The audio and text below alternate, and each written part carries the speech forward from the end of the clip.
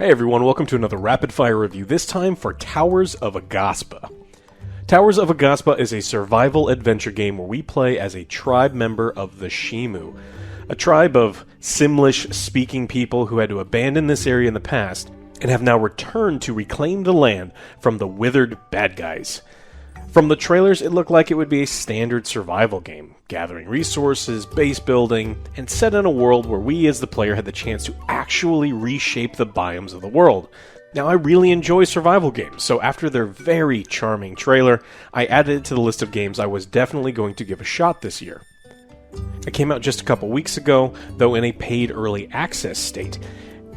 We had some internal discussion here how to cover it in early access, and even whether or not to cover it, because it is in early access and things could certainly change, so I had some doubts.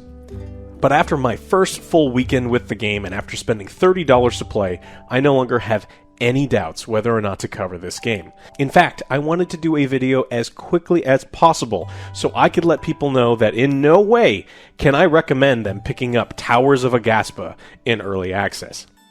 Now, I will not be sitting here trying to permanently condemn the game or to provide a final verdict for it. All I want people to know is this game is not ready. Not even for early access, and it's not even close. The gameplay starts off in a pretty standard way. Of course, you're shipwrecked. You have to establish a base village, harvest some wood and some stone to construct tools, and then start shaping the world. And almost immediately, I discovered problems. After spending some time picking up sticks and stones, I made my basic tools, and then a campfire, and I was ready for the real harvesting to make some progress on my starter village. I got my axe, I chopped down a tree, and I got one wood. Just one. I thought that was odd, so I went to another one and chopped that one down, and again, just got one wood. Using the pick, I got one stone from the boulders. Harvesting bushes for plant fiber, I got just the one.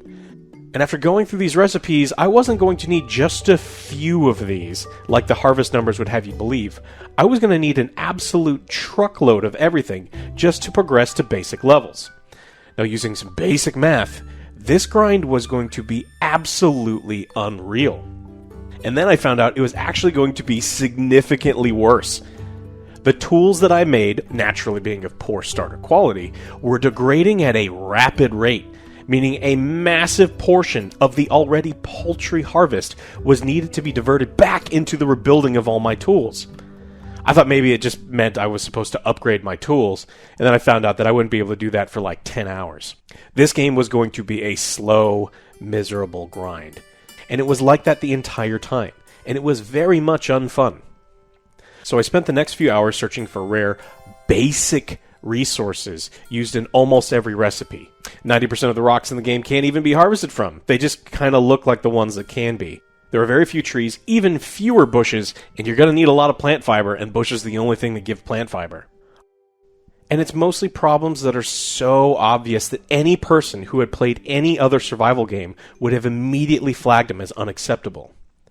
And that's the real problem that I have with the state of this early access. It's so unfinished that it doesn't at all feel ready to be in early access, especially not for $30. There are basic systems that need major adjustments, and not just balance tweaks, but entire systems that do not work. You have freedom to build your base where you want. Maybe find a nice spot with an incredible view of the forest you intend on planting. So you do. And then the game tells you you have to build a certain amount of additional structures to progress. And those structures can't be built at all where you built the base, despite looking like there's plenty of room.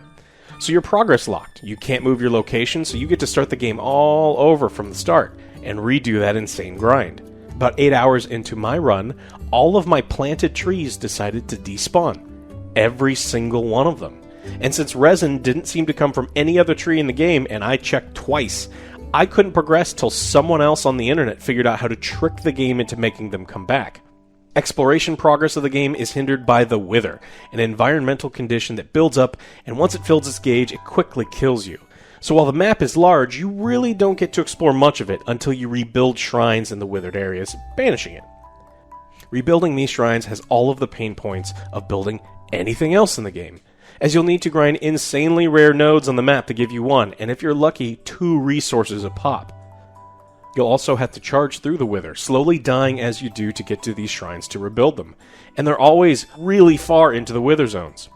If your UI works and hasn't disappeared randomly off your screen like mine like to do, you'll race against time to get to them, fighting probably the hardest enemy in the game while doing so, the movement system. You'll get stuck on almost everything. You trying to run over a pebble? You fool, pebbles are insurmountable. Climbing a rock face? Invisible wall halfway up. Now you get to fall and die when your stamina runs out. The mounted horse thing that you can ride? It's the worst horse in any video game so far. It gets stuck on absolutely everything, and once it gets stopped on something, you can't jump over the obstacle. You have to completely turn around and go around the tiny stick. Sometimes an actual enemy will attack you from off-screen too, for a fun one-shot kill, and then you get to make the run all over again. What's funny is running through the Poison Land was actually the most interesting part of my 30 hours in the game. They're timed, accidentally punishing, there's parkour and traversal sections with one-hit kill enemies, and with the disappearing UI, you never know how close to death you really are. I just don't think that's what they were going for. Combat really doesn't feel great either, though it's definitely not the game's focus. You'll still spend a good bit of time defending yourself from spidery things while searching for those super rare common building materials. If you do take damage from enemies, you have to eat food to get some health back, but there's no passive regeneration. You can make potions and things, it's just not worth doing so. They require way too many materials. Complex food recipes, exactly the same. You can make a bunch, it's just not worth doing it. It's easier to just throw yourself off of a cliff and respawn in town. And I certainly preferred throwing myself off a cliff than harvesting more garbage. Perhaps it could be more fun with other people, but multiplayer really isn't working. NPCs seem to despawn and you can only sit in the dirt with someone else who is also bored. The game is quiet for a long time. You'll get no real sounds other than your character's grunts or harvesting noises. But then, out of nowhere, 100 fucking decibels of awkward guitar strumming, or eardrum-melting gurgling and humming coming from a wither nest.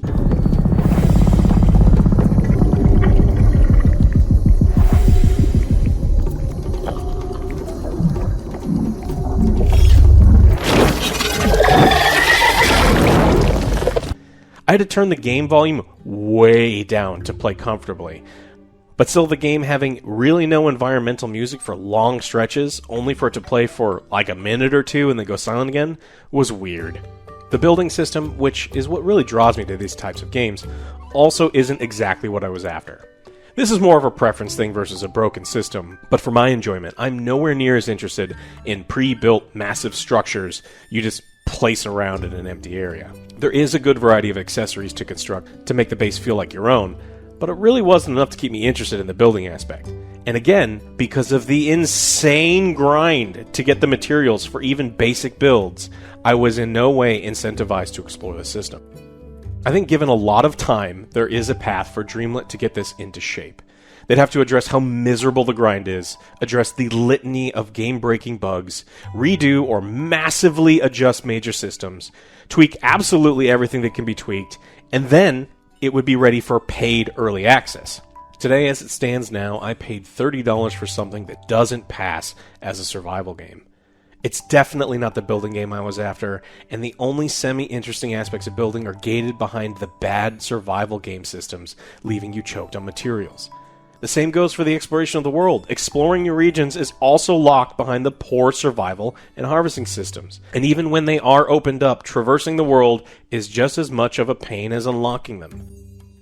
The problem with terms like early access, alphas, betas, and so on is that each company uses them in different ways. For me, this just doesn't feel like the common usage of early access, where there are just some kinks to iron out, or balance tweaks that need to be done, server tests, and so on. This feels like a pre-alpha state. Fundamental systems are broken, clear as day broken. The gameplay loop is substandard, and any competent playtesting could have shown them that.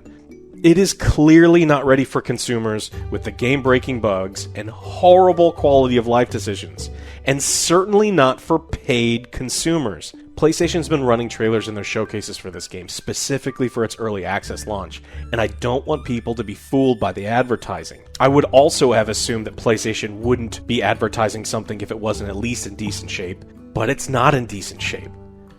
Even when this game does get better, I don't think releasing it in this state is going to do them any favors in the long run.